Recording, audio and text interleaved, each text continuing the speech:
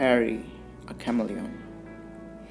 This is the story of Harry, our pet chameleons. Chameleons are class by themselves and are no ordinary reptiles. They are easily distinguished from their nearest relatives, the lizards, by certain outstanding features. A chameleon's tongue is as long as its body. Its limbs are long and slender, and its fingers and toes resemble a parrot claws.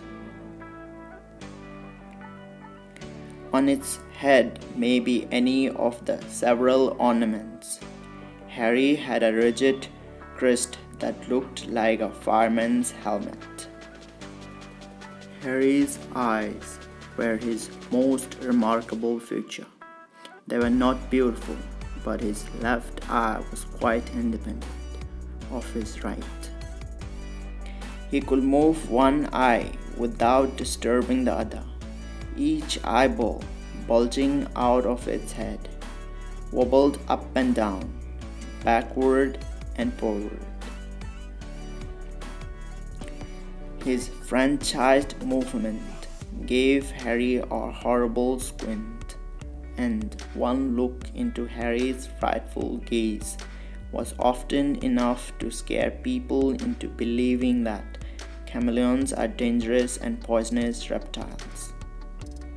One day, grandmother was visiting a friend when he came upon a noisy scene at the garden gate. Men were shouting, hurling stones, and brandishing sticks. The cause of the uproar was a chameleon that had been discovered, sunning itself on a shrub.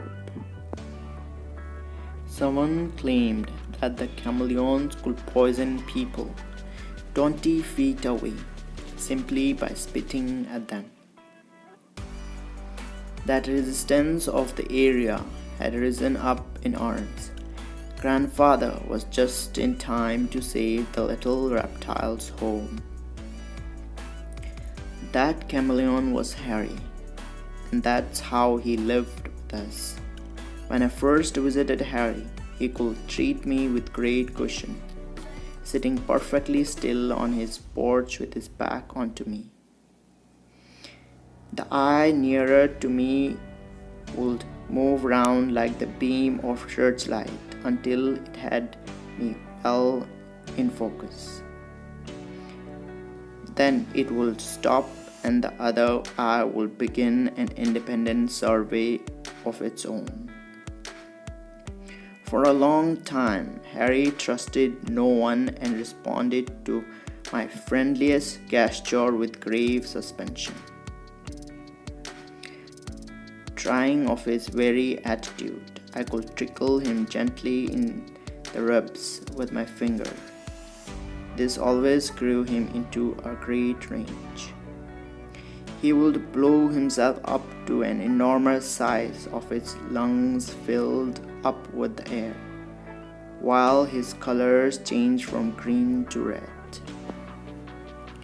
He would sit up on his hind legs, swing from side to side, hoping to overweigh me. Opening his mouth very wide, he could let out an angry hiss. But his threatening display went on further. He did not bite. His rigid jaws carried a number of finely pointed teeth. But Harry seemed convinced that his teeth were for the sole purpose of chewing food, not fingers. Harry was sometimes willing to take food from my hands. This he did very swiftly. His tongue performed like a boomerang and always came back to him with food, usually an insect attached to it. Although Harry did not cause any trouble in our house, He did create somewhat of a rot in the nursery down the road. It started out quite innocently when the papayas in our orchard were ripe. Grandmother sent a basketful to her friend Mrs. Gosh, who was principal of the nursery school. While the basket was waiting, Harry went on searching for beetles and slipped in among the papayas unnoticed. The gardener gratefully carried the basket to the school and left it in the Mrs. Goss office. When Mrs. Goss returned after making her rounds, she began examining and admiring the papayas. And out popped Harry. Mrs. Goss screamed, "Harry!" squinted up at her. Both eyes were revolving furiously. Mrs. Goss screamed again. Harry's color changed from green to yellow to red. His mouth opened as though he too would like to scream.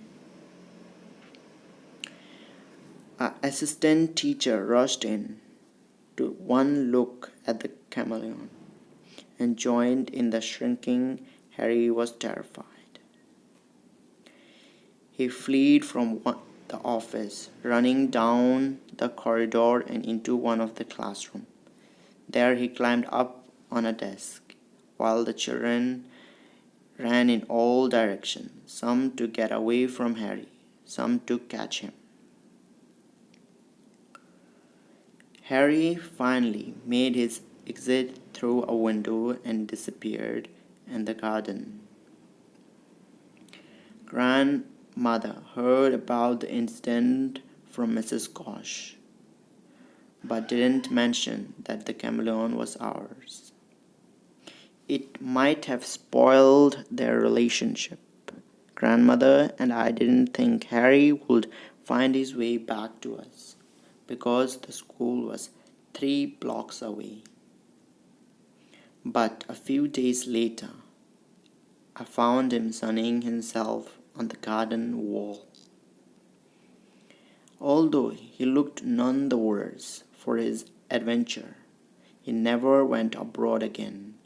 Harry spent the rest of his days in the garden, where he kept the insect population well within bounds. The end. Thank you for watching.